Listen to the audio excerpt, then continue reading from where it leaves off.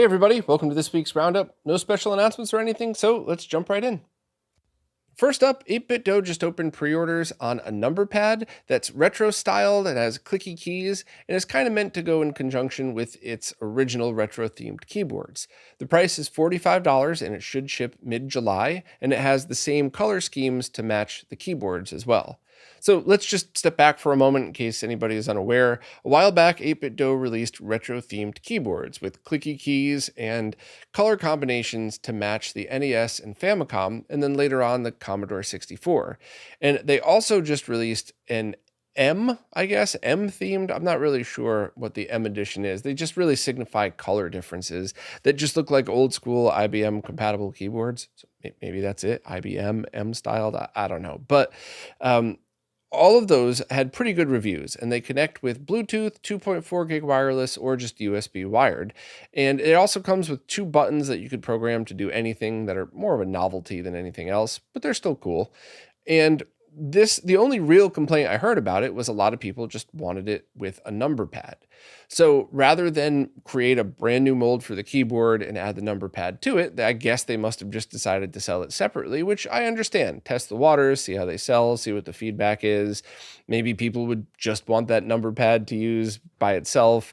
Maybe you'd be able to use it with Mister and like a ColecoVision core or something like that. Who knows? But the decision was made to make it separately, and the color combinations are available to match the keyboards as well. So they should match basically perfectly.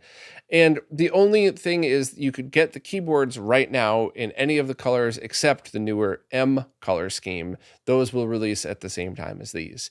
So you could buy the keyboard right now in 3 out of the 4 colors, and all 4 of the colors for the number pad are pre-orders. So I guess I would just kind of scroll through and see what you like. For as fancy as 8BitDo's website is, I couldn't find a picture of them all next to each other, so I just stole their pictures and made my own. I'm pretty sure they're not going to be upset that I stole their pictures to use for things to promote their products. So if you want an easy way to see them all side by side, check out the post on RetroRGB. But I have the number pads and the keyboards next to each other so you can see the differences. I think they all look very cool. I personally would prefer it all in one, and if they release that, I very well might buy it. So we'll see. Maybe I'll pick up the number pad anyway after it's released, just to see how it works and to see what else I could do with it. But I see a lot of different uses for this, especially if you're using like Mister and retro PCs. So I don't know, check out the post, see which one of these that you want, but I think they're awesome. And, hopefully they'll consider making an all-in-one version with the number pad and the keyboard just in one case. Next up, if you have a Model 1 Genesis that you want to install in a Retro Game Restore shell with the Megaswitch HD HDMI mod, then Printables user Kuroki just offered a 3D printable I/O shield for that exact scenario. So it should slide perfectly into the Retro Game Restore shell and have all of the spots that you need for the HDMI port, the USB-C port, the original AV out, and then of course the power jack. Now, this is released via a Creative Commons 4.0 international license, which essentially means you could make as many as you want for yourself. You can't just make them and sell them because this is supposed to be for personal use, not for commercial use. I'm oversimplifying, and if I'm getting this wrong, please correct me in the comments, but that's at least the current license that was selected for it. So basically, if you want one of these, you got to print them yourself. And if you have a really nice resin printer, you might be able to get a clear look to it, so it would sort of kind of match the look of the Retro Game Restore shells. So this is one of those things that's obviously very niche. You would want that HDMI mod, which I still think is awesome. I really enjoyed trying it out. It exceeded all of my expectations. And of course, I love the Retro Game Restore shells. I am a fan of the originals. However, if you're in a scenario which your original is really scuffed up or damaged, then there is no other choice I would pick other than one of these. So, if you want both of those in the same thing, this is a really great addition. It just seals the rear for looks, for dust. It's more of an aesthetics thing than anything, but I like it a lot. So if you want to check out more on the Megaswitch HD, check out the info I've linked here. And of course, I have tons of info and pictures and live streams on the Retro Game Restore shells as well. Next up, Wobbling Pixels just did an absolutely awesome walkthrough video on the OSSC Pro. And this video is part review, part walkthrough, and it really just steps you through the menu, each one of the settings, what they do, what to expect, and has some really great examples at the end. So if you had gotten your OSSC Pro and you want to learn more about how to use it, or if you hadn't picked one up yet and you're going to grab one when they come in stock, this is absolutely worth watching. And I would just strongly recommend either watching it twice or really sitting down and paying attention to it and really kind of trying to absorb everything that Wobbling Pixels shows and talks about. So you could familiarize yourself with the menus and the setup. And while I am a huge fan of the OSSC Pro, for people who have never used it before, it is hard at first, just for the first couple minutes, I would even say, to really visualize the fact that it's actually 3 devices in one. It is a pure line multiplier, it's a line multiplier, and then with some extra features, and then a true scaler itself. So you have to essentially treat it like it's 3 different devices with 3 types of settings. But as Wobbling Pixels shows, it really isn't nearly as complicated as I'm making it sound. You just have to kind of walk through and give it a chance. But he talks about a lot of cool features, a lot of stuff that I hadn't realized were even implemented yet, and even shows some examples of the upcoming analog input board, which should be pretty awesome. So strongly recommend checking it out. And I'm definitely looking forward to Wobbling Pixels updating their comparison on the different scalers that are out now, because he really does excellent work. Just truly just objective. Here's the data, here's what I know now. There's probably firmware updates coming for this, not for this, just great stuff. And, I would definitely like to do a scalar shootout, but I'm just going to hold off because I want to wait until the analog module is officially released for the OSSC Pro and for the Morph. And then, of course, I want to give the devs some time to iron out whatever bugs are out there. I really don't think it would be fair. And, correct me if you think I'm wrong, but if the day that these analog modules are released, I do a video comparing it to the Tink 5X in 4K, which has been out for a long time, and Mike has had a tremendous amount of experience with composite and S-video. I don't think it'd be fair to do a day one comparison because, I think I have a feeling I know how that's going to go. But given some time, I have a feeling these are all going to be great choices. And I really do think that each one is going to have its special niche, including the OSSC Pro, which I'll talk about again next. And speaking of niche uses for the OSSC Pro, Reese just did an awesome video showing exactly what to expect when using retro PCs with the OSSC Pro.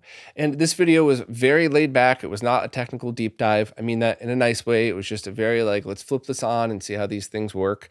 And it really gives you a sense of this, how the scalar mode in the OSSC Pro really does do a great job with compatibility of even some of the weirdest signals. So this is going to be a really huge contender for people who want this price point and are specifically using older arcade boards and retro PCs. Because while the Tink 5X is still an absolutely amazing device to buy, it was never designed with retro PCs and arcade boards in mind. And it does work in some cases, and depending on your console and your needs, it could be totally fine. But if not, I truly think the OSSC Pro, if you're looking for something in that price range, is going to be what you choose. And Reese really does a great job demonstrating this.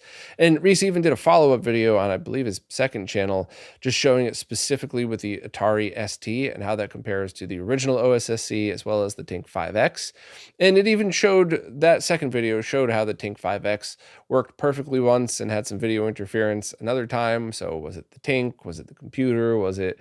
So obviously I'm not insulting the retro Tinks. I'm just saying Mike was the first person to admit that the Tink 5X was not designed specifically for retro PCs. So if it works, it works. If it doesn't, it doesn't. Whereas the Tink 4K is going to work with absolutely everything all the way to 4K and do an amazing job, but at a lot more money. So if you don't need to go to that resolution, then I really think these mid-range scalers are going to just be absolutely perfect choices. It's just a matter of figuring out what's better for the consoles and scenario that you have and what are the features that you need, et cetera, et cetera. So please check out Reese's video. I really enjoyed it. I would watch both of them, to be honest with you, if you're into retro PCs, and just kind of see how they compare. And of course, if you want to learn more from Reese and about Reese, check out the interview we did a while back. And yeah, I don't know. It's just exciting to see the OSSC Pro really get the attention that it deserves. I just posted a podcast with Dan Mons talking about 480i and interlaced video, and I was really excited to have this chat because I just wanted to go through and talk about all of the different 480i aspects that might be applied to gaming, as well as just different types of video and film and home movies, because there's so much misinformation out there. And there are so many things that don't quite overlap from the video world to the video game world, but are absolutely relevant when you start talking about capturing home videos, deinterlacing, what methods of deinterlacing, how to check stuff like field order, which thanks to Fudo, I was able to really figure that out after the podcast was over. So if you hear that little section, I kind of got that down. Now, I do think that this would have been a lot better with visual examples. However, I wanted this to be the start of the conversation before I went down the rabbit hole of making a interlaced video that shows you exactly what we're talking about here. But essentially, field order, fields versus frames, how that works, how 480i, that's technically 30 hertz, could actually have 60 frames per second for video games. All of that stuff was discussed, and I really enjoyed the conversation. Picking Dan's brain, getting all of his expertise out of this was a whole lot of fun. And I do think that it's probably going to take the rest of the year, but if I do come out with a video that explains all of this stuff, it's all basically just going to be much better visual animations and real world examples of what we talk about in this. So if you're into this stuff at all, definitely give it a listen. If not, don't. And I mean that with love and respect. Like, this is one of those things where if you predominantly watch progressive scan content, old school video games and Blu-rays, this does not apply to you. You might still be interested as to why some Blu-ray translations from DVD to Blu-ray took so long. This explains a bit of that. We didn't go into detail with that stuff, but it still might be interesting, but it might not. I always try to be very respectful of everybody's time. So if you think this stuff might be an interest, any app that has podcasts on it, just search for RetroRGB 480i or RetroRGB Dan Mons or whatever else. And I also really, really recommend watching Chris from Displaced Gamers' video about the history of 240p first. It's only 7 minutes long, so you don't have to do a lot of homework, but with those visualizations in mind, going into this podcast, you're going to have a lot easier time grasping how all of this stuff works. And of course, if you want to hear more from Dan and all of the awesome stuff he works on, we did an interview talking about RetroNAS and one talking about MAME years ago. So yeah, plenty of content from Dan if you're interested. But I really enjoyed this one. Shout out to Dan and also to Fudo for very patiently, both of them walking me through all of this stuff and helping me understand at a much deeper level so that I could try to come up with content that helps you all understand at a deeper level, because it explains so much of why 480i is going to always be such a hard resolution to work with, regardless of video games, home movies, or whatever else. But hopefully all the info is out there now and we could start to do a better job with this, especially with stuff like the Tink 4K and some of the different software. Even if it's just GUI wrappers for command line stuff, that just means that more people have access to doing things like QT-GMC deinterlacing with Lanczos 4 for home movies. And yeah, I'll dig in deep. It's going to be the rest of the year to work on that VHS video. And I might actually now break it up to a series of videos so that I could have one that focuses on all of this, which would mean there's going to be a couple of videos that are 5 minutes long and a couple that are 30, but that's probably better for all of us. So whatever, definitely give this a listen if you're interested. And thanks again to Dan and also to Fudo. Tito from Macho Nacho Productions recently posted a video about some GameCube development hardware that, as far as I know, has never been shown on video before, and there isn't even really a lot of information about it. But it's essentially a gang writer for the NPDP cartridges, which are those development cartridges for the GameCube that Tito did a video on a while back. And it's basically a tall device with a SCSI looking port. It might not actually be the SCSI protocol, but whatever. And you plug in these cartridges to program them. And Tito took it all apart, showed the different chips, showed how it works. And it's just a really cool window into Nintendo dev hardware. It wasn't any more or less than that. I still personally think that's a really great premise for a video, just kind of taking a look at dev hardware and, typical Tito style where everything gets taken apart and shown nicely. I think it's just a pretty neat piece of development history. So if you're interested in this stuff at all, I would absolutely give it a watch. Now it's time for this week's Mr. Updates, care of Lou from Lou's Retro Source. As usual, I'm just going to skim through these, but please check out Lou's video if you want more information and visual examples. First up, the beta System 18 core by Hotego can now run Alien Storm, thanks to the implementation of the Genesis VDP chip, which is also present on the arcade hardware. Hotego was also able to boot Michael Jackson's Moonwalker, but there are a lot of graphical and sound glitches, so it's not going to be playable, at least this week, but it was very cool to see Moonwalker booting. I think that's a very fun arcade game that a lot of people are going to enjoy.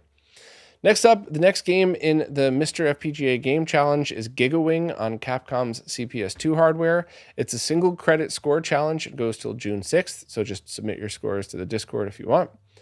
Next, Todd from RetroFrog is back with a new Mr. FPGA case design, and this looks like a way to make your Mr. setup feel like more like a console. And it's still under development, but Todd eventually would releases the 3D files or something. But if you subscribe to Patreon, you usually get early access for that. I saw some pics. It looked very cool. I thought that was neat. So keep them coming, Todd. Next, Taki Udon posted more information about some of the consoleized Mr. stuff that he's working on. The handheld will now have an OLED screen that's suited for different aspect ratios. The flagship console will contain HDMI in and VGA in ports, a brightness knob, and other connections. And it hasn't been disclosed what their uses are, but many speculate that there might be upscaling capabilities. And for the D10 Nano clone, 2,000 blank PCBs have been delivered and 5 boards have started SMT process over the weekend. So this is going to be really interesting because this stuff's a lot harder than people would expect. So while it's not an insult, I'm not hinting at anything. I'm just being very blunt and technical that this stuff is way harder than you would expect. Multi-layer motherboards, very complex chips. So if all of this stuff works, they're going to be very, very cool options. But I wouldn't, and I mean this with love, I wouldn't expect this to be something that gets out the door right away. If it is, great. I would love to be wrong. I've just been working on multi-level motherboards since 2006.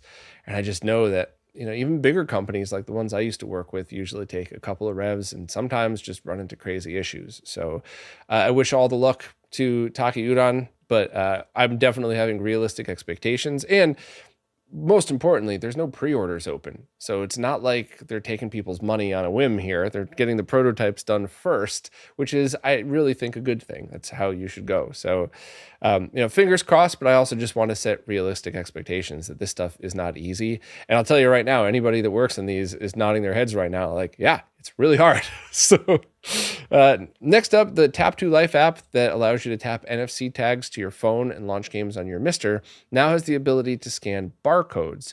So you could take an original game box and scan it with your phone to launch the game associated with the barcode. So you're not limited to scanning game boxes. You could also scan a box of Pokemon cards or whatever else. So such a neat and cool feature. I really just think that's awesome. Any way that you could tie your physical collection to being run on the Mister, I just think is absolutely amazing, and I'm all for it. So thanks to Wizzo and anybody else who contributes to that. Next up, Mr. Add-ons has released his Analog I/O Pro boards that feature Sorg's new 24-bit analog video with integrated YC active support, so it integrates the Mic S circuit, and USB-C power in with a soft power switch. The I/O board is available by itself and as a part of full builds, meaning full Mr. kits. So that's great. I can't wait to see how that performs. I would love somebody to do some voltage tests on it, to test out the DAC and to really verify that. I would hope that after everything, all of the thorough analysis that I and others had posted over the years, that would have been pretty stringent before release. But if it works, I think that's an awesome choice. And I do think that while the 24-bit analog video is really only something you're going to notice on N64 and PlayStation 1, who knows what else that means for the future. So I would absolutely look into this if you haven't had a Mister, or if you haven't had an analog kit for your Mister yet. But you could always just use direct video as well with your existing kits if you already have a nice case and everything. But hopefully somebody will do a deep dive on this, because I think I just think that every Mister kit now really deserves that, because there's so much info out there showing how you could make these things really, really good that there's no reason not to. And also, there were updates to the Saturn core that affected games like Tempest 2000, MK2, and X-Men vs. Street Fighter. So SRG 320 still absolutely killing it with updates to the Saturn core. So that's it for this week. Lou also had a video out about the analogizer that I think he's going to write a post on, so I'd be able to talk about that next week. But if you happen to already be subscribed to him, which you should be, of course, then definitely check that out, because I think between him and Marco, people should really watch both of those videos and get a great sense of what that product is like. And I think it is for a lot of people. It's not for everybody, just like every accessory isn't for everybody, but that's a cool one. Also, if you have the ability to, consider supporting Lou up on Patreon, because I could not keep up with all of this stuff without them. And I really appreciate having one video to watch every week that just gets me all the mystery stuff that I'm looking for. So thanks again, Lou. Before I go, I want to shout out Mako, who just posted a video about burn-in on that OLED screen for the Game Boy Color that we recently talked about. And Mako did some testing and found that burn-in started to happen around 300 hours of leaving the same exact thing up on the screen, and became pretty noticeable after about 500 hours. Maybe not everybody would be able to see it in every single scene, but people who are used to this stuff should be able to pick it out, between 300 to 500 hours of the same exact screen being displayed.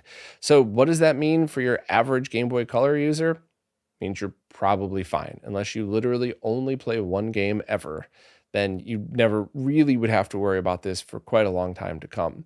If you are somebody who just plays nothing but Tetris or something, which I understand, that's an awesome game, start to expect whatever static bars on the sides of the screen or anything to burn in about 300 hours in gameplay.